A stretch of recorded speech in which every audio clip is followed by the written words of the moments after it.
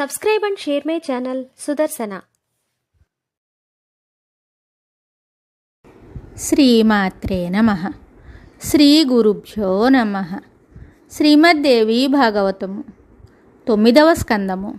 గంగోత్పత్తి విస్తృత ప్రసంగము. గంగకు నమస్కరించి నీటిలో దిగి చేతులు కాళ్ళు కదల్చకుండా శాంతభావంతో స్నానం చేయాలి. దీనినే మౌసల స్నానం అంటారు. నారద, ఇట్లు గంగా భాగీరథుల ఎదుట దేవేశ్వరుడు భగవంతుడగు శ్రీహరి పలికాడు. తరువాత ఆయన మౌనాన్ని వహించాడు. అప్పుడు గంగాదేవి భక్తితో అత్యంత నమ్రురాలై ఆ స్వామితో చెప్తోంది, నాథ, సరస్వతి శాపము మొదటి నుండియే నా తల మీద ఉన్నది. ఇప్పుడు మీరు ఆజ్ఞాపిస్తున్నారు. మహారాజగు భగీరథుడు దీని కొరకే తపస్సు చేస్తున్నాడు. అందువలన నేనిప్పుడే భారతదేశమునకు వెళుతున్నాను. కానీ ప్రభు, అక్కడికి వెళ్ళిన తరువాత అనేక పాపులు వివిధములైన తమ పాపములను నా మీద పడవేస్తారు. అటువంటప్పుడు నాకంటుకున్న ఆ పాపము ఎట్లు నశించును? దీనికి ఉపాయాన్ని తెలపండి. దేవేశ్వర, నేనెన్ని సంవత్సరములు భారతదేశమున ఉండవలెను? తరువాత ఎప్పుడు పరమపదమైన మీ ధామమును చేరుటకు అర్హత కలుగును? ప్రభు, మీరు సర్వాంతర్యామి, మీ నుండి ఏదియును దాచబడదు. దేవా, నీవు సర్వజ్ఞుడవు. నా అంతఃకరణమునందు ఇతర ఏ కోరికలు దాగి ఉన్నవో వాటిని ఈడేర్చుటకు కూడా దయతో ఉపాయమును తెలపండి. శ్రీ భగవానుడు చెప్తున్నాడు, సురేశ్వరి గంగా, నీ సమస్త అభిప్రాయములను నేనెరుగుదును. నదీ రూపమున నీవు భారతదేశమునకు చేరుదువు. నా అంశస్వరూపుడగు సముద్రుడు నీకు భర్త కాగలడు. భారతదేశమునందు సరస్వతి మొదలగు ఇతర నదులను ఉన్నాయి. వారందరిలో సముద్రునికి నీవే అధిక ప్రియమైన దానివి, సౌభాగ్యవతివి అవుతావు. దేవేశ్వరి, కలియుగమునందు సరస్వతీ శాపము వలన 5000 సంవత్సరముల వరకు నీకు భారతదేశమున ఉండవలసి వచ్చును. నీవు లక్ష్మీ స్వరూపవు, రసిక శిరోమణివి. సముద్రుడు నా స్వరూపుడే. అతడు రసికరాజు కూడా. అతనితో ఏకాంతమునందు నిరంతరము ప్రియురాలివై సంగమించెదవు. భారతవాసులందరూ భగీరథుడు రచించిన స్తోత్రముతో నిన్ను స్తుతిస్తారు. దాని ద్వారా భక్తిపూర్వకముగా నీవు సుపూజితవు అవుతావు. కణ్వశాఖయందు చెప్పినట్లు ప్రజలు నిన్ను ధ్యానించి నీ పూజయందు తత్పరులవుతారు. నిన్ను స్తుతించి నీకు నమస్కరించిన వారికి అశ్వమేధయజ్ఞము చేసిన ఫలితము సులభముగా లభిస్తుంది. గంగ 100 కొలది యోజనముల దూరమున ఉన్నను. గంగా గంగా అని ఆ పేరును ఉచ్చరించి స్నానం చేసిన వాడు సకల పాపముల నుండి విముక్తులగును, విష్ణులోకములకు వెళ్ళిపోవును.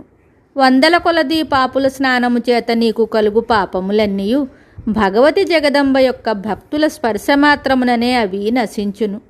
1000 కొలది పాపములు చేసిన ప్రాణుల శవములను తాకుట తప్పక పాపమే అగును. కానీ దేవీ మంత్రానుష్ఠానము చేయు పుణ్యాత్ములకు భక్తులు మీ యందు స్నానము చేయుటకు వస్తారు.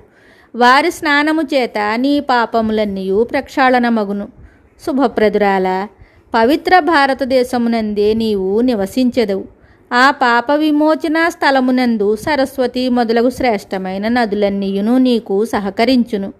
నీ గుణగానమును కీర్తించు చోటు తీర్థస్థానమగును. నీ ధూళికణములను స్పృశించినంత మాత్రముననే పాపి పవిత్రుడగును.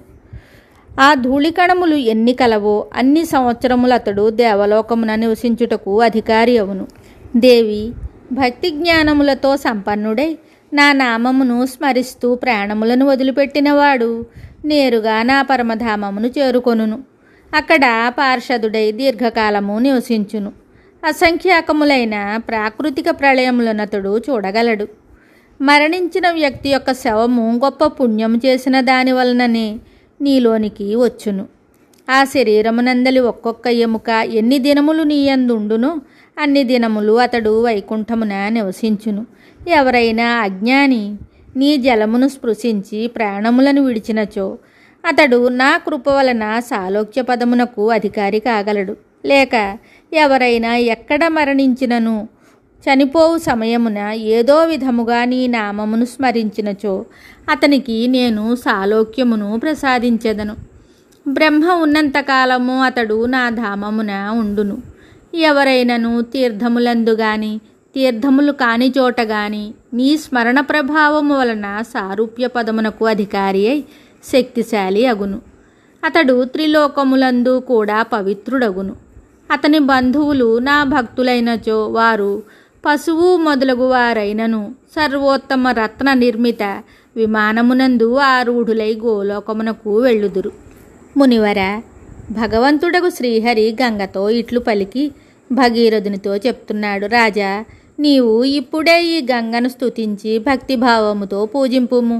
అప్పుడు భగీరథుడు భక్తిభావముతో ఆ దేవిని స్తుతించి పూజింపసాగాను.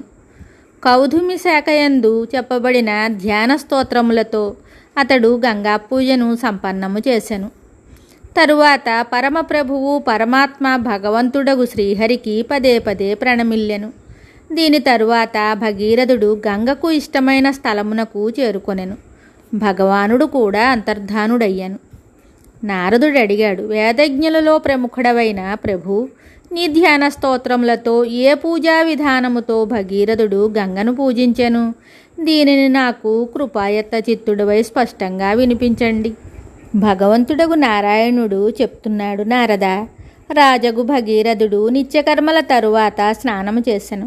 స్వచ్ఛమైన 2 వస్త్రములను ధరించెను. ఇంద్రియములను నియంత్రించి 6 దేవతలను పూజించెను. గణేశుడు, సూర్యుడు, అగ్ని, విష్ణువు, శివుడు, భగవతి శివ, వీరు ఆ 6 దేవతలు. ఈ దేవతలను పూజించి అతడు గంగాదేవిని పూజించుటకు సంపూర్ణ అర్హతను పొందెను. నారద, విఘ్నములు దూరమొనరించుటకు గణేశుని, ఆరోగ్యమును ప్రసాదించుటకు సూర్యుని, పవిత్రత కొరకు అగ్నిని, లక్ష్మిని పొందుటకు విష్ణువును, జ్ఞానార్జనకు జ్ఞానేశ్వరుడైన శివుని, ముక్తిని పొందుటకు భగవతి శివాదేవిని పూజించవలెను. విద్వాంసులకు ఈ పూజలు అనరించుట తరువాతనే ఇతర ఏ పూజ ఎందైనను సఫలత లభించును. మునీంద్ర, వినుము. ఇప్పుడు భగీరథుడు గంగను ధ్యానించెను. శుభం. Subscribe and share my channel Sudarsana.